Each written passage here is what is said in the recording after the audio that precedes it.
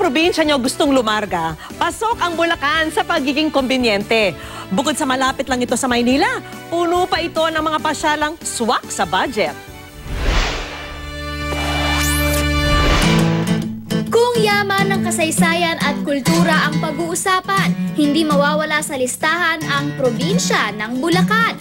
Naging saksi ang bayang ito sa pagkatatag ng unang republika na ginanap sa Baraswain Church sa Malolos, Bulacan noong 1898. Dito rin matitikman ang mga putaheng kakaiba at mag-iiwan ng tatak sa inyong panlasa.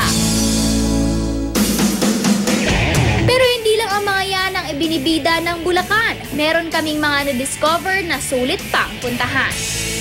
Akala nyo ba napuntahan nyo na ang lahat sa Bulacan? Hindi pa! Para sa mga naghahanap ng fun and extreme adventure, meron kami nakitang mga lugar perfect para sa inyo. Oh, eto ang sample! Welcome to Bitbit Bridge dito sa Norzagaray, Bulacan! Isa sa mga hindi nyo dapat palampasin dito ay ang Bitbit Bridge sa Barangay San Lorenzo. Ito lang kasi ang tulay sa Norzagaray na may 360-degree view of nature. Kahit saang anggulo ka pumuesto, picture perfect dahil sa scenery na nakapalibot sa'yo. Nasa baba ng bundok Sierra Madre ang tulay at parte ng Angat Ipo La Mesa system na nagsusupply ng tubig sa buong Metro Manila. Masarap ang mag-swimming sa malinis na ilog sa ilalim ng tulay. Pero hindi lang nature tripping ang pwedeng gawin dito. Dahil pwede ring ma-enjoy ang isang extreme activity, ang bridge rappelling. Maganda kasi itong beach dahil mataas siya. Ang height niya is 100 feet or 33 meters.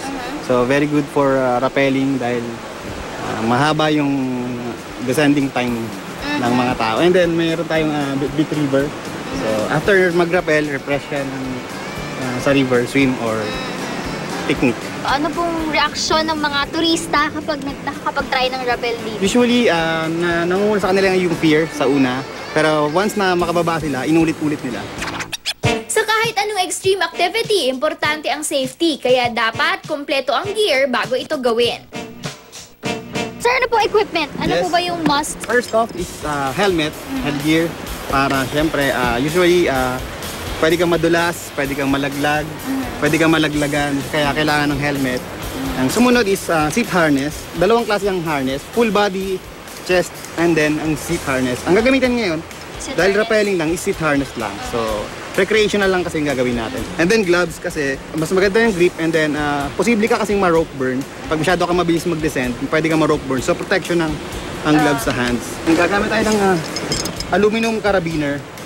Ito yung main gears natin para mag-descend, and then descender. Okay, game na!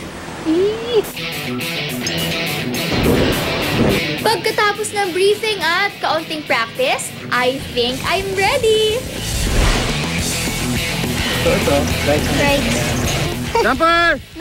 Good luck talaga. Ba't nakahila?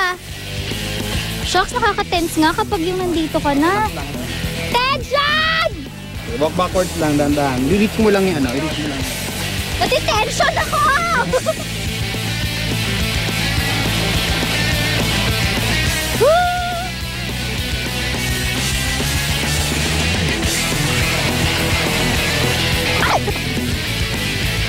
I did it! Oh my gosh! Ang saya kasi parang ang free mo, parang ikaw yung you're in control of your life. Nakaka-tense ako sa umpisa. Pero pag nasa gitna na, saya na. Lalo na kapag yung mabilis kang bumababa. 1,000 pesos ang magagastos dito na hindi lang one-time rappel. Kung hindi unlimited, ulit-ulitin hanggang sa masulit ang adrenaline rush.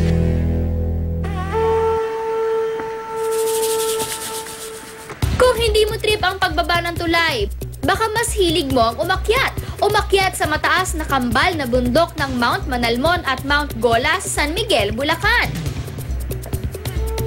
May taas na 160 feet above sea level.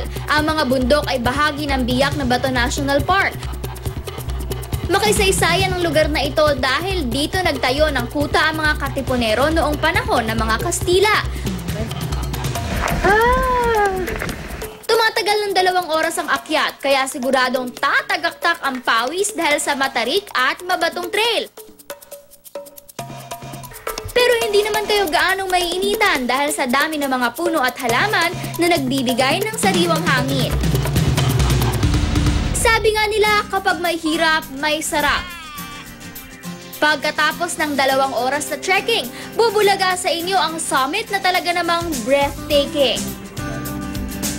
Mula po dun sa peak ng Mount Manalmon, makikita nyo na po abot na ng tanaw yung gawing Pampanga dahil makikita po natin doon ang Mount Arayat. Makikita po natin ang gawin ng Nueva Ecija at ang kabuo at kahabaan po ng Sierra Madre Range o Sierra Madre Mountain ay makikita po natin mula sa itaas.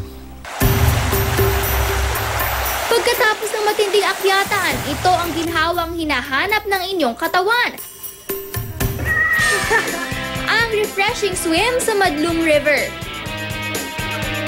Ang tubig dito, napakalamig dahil galing pa ito sa bundok ng Sierra Madre. Ang haba po, At para makumpleto ang experience, subukan ang monkey bridging sa Madlum. Makapigil hininga ang activity na ito dahil kailangan tawirin ang Madlum River sa pagtapak at paghawak sa mga wire. Noong unang panahon ay ginawa rin itong paraan ng mga tao para makatawid patungo sa kanilang tahanan.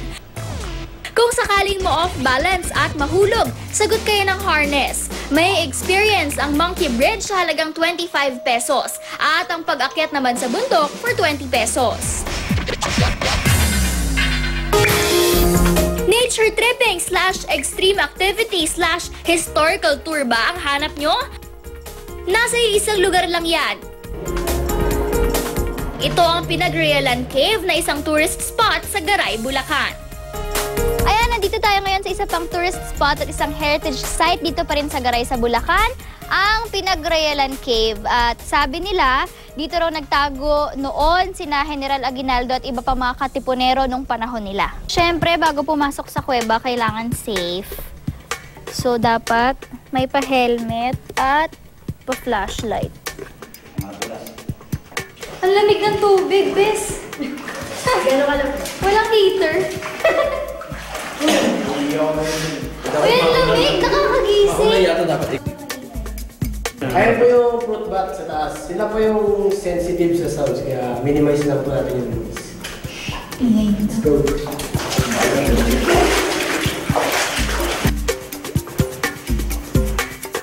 Ito naman po yung mga crystals. Sila po yung bawal hawakan. Kasi yan po, gawa lang po yan sa tubig. Yung kami natin may natural oil or acid. Kaya pag ginawa natin yan, nagiging black. Yung ginawa ng tao. May lalim ang kuweba ng 1 kilometro. Hideout daw ito ng mga katipunero noong pananakop ng Espanya. Ginawa din daw itong sanktuaryo at ospital ng mga Pilipino noong panahon ng pananakop ng Amerikano at Hapon. Noong panahon daw nila, dito raw yung tulugan ng mga katipunero. Tapos meron daw ditong kahoy. Tsaka meron din silang kahoy na higaan, yung kawayan na higaan. Diyan daw sila nagpapahinga, ganyan. Kasi itong kuweba daw dati, pagamutan. Ayan, kapag nagpunta kayo dito, meron kayo madadaan ng mga ganitong mga tubig. Tapos pwede kayong magtapisa, pwede kayong maligo ng konti dahil meron pa doon sa banda doon, meron pa mas malalim. Ano to, tubig ulan lang na naipon. Pero tingnan nyo naman, malinaw yung tubig. Tapos malamig, refreshing yung tubig. Diba? Ay, ang lamig, bes! Speaking of malalim na tubig, mukhang dito na ako lulubog. Naiihi pa naman ako. Joke lang.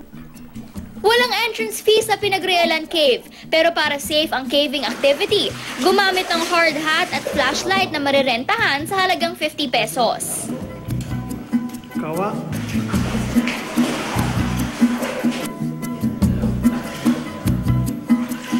bata. Siyempre, bawat travel natin, di mawawala ang kainan. At ngayon kasama natin si Ate Nona at ang mga kababaihan ng Barangay Bigte dito sa North Zagaray, Bulacan in their most casual wear.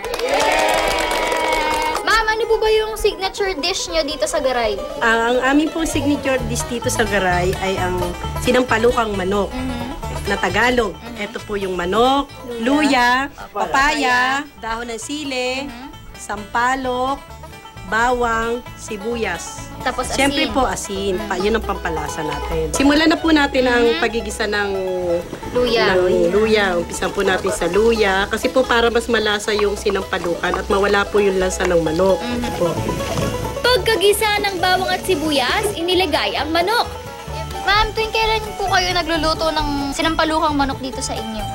Bali, 3 beses po sa isang linggo kami nagluluto ng sinampalukang manok. Ang talagang paborito niyo po. Opo. Nang maluto ang manok, inilagay ang papaya. Bakit po yung hilaw na papaya, di ba pang tinola po siya, bakit meron yung sinampalukan niyo dito? Ito po kasing papaya, nandito lang po sa mga paligid ng aming mga bakuran. Tsaka po ito talaga yung aming sangkap sa sinampalukang manok. Yan yung original talaga. Yes, ma'am. Dinurog ang pinakuluang sampalok. Ito ang magpapaasim sa sinampalukan.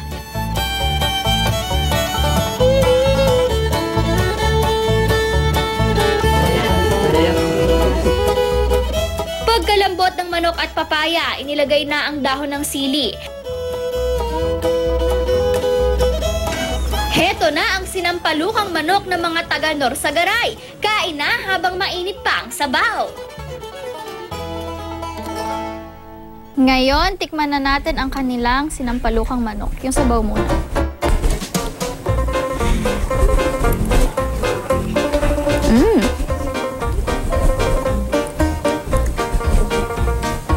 Saktong-sakto yung asim.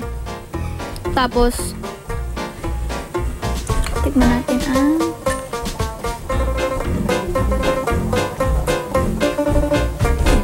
Very tender yung chicken. Sarapin sa kanin, sa isasabaw sa kanin.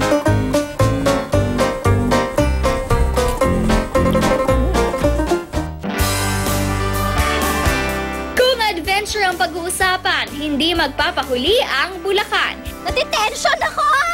Nahitik sa mayamang kultura, malalim na kasaysayan, at mga lugar na enjoy puntahan at kainan.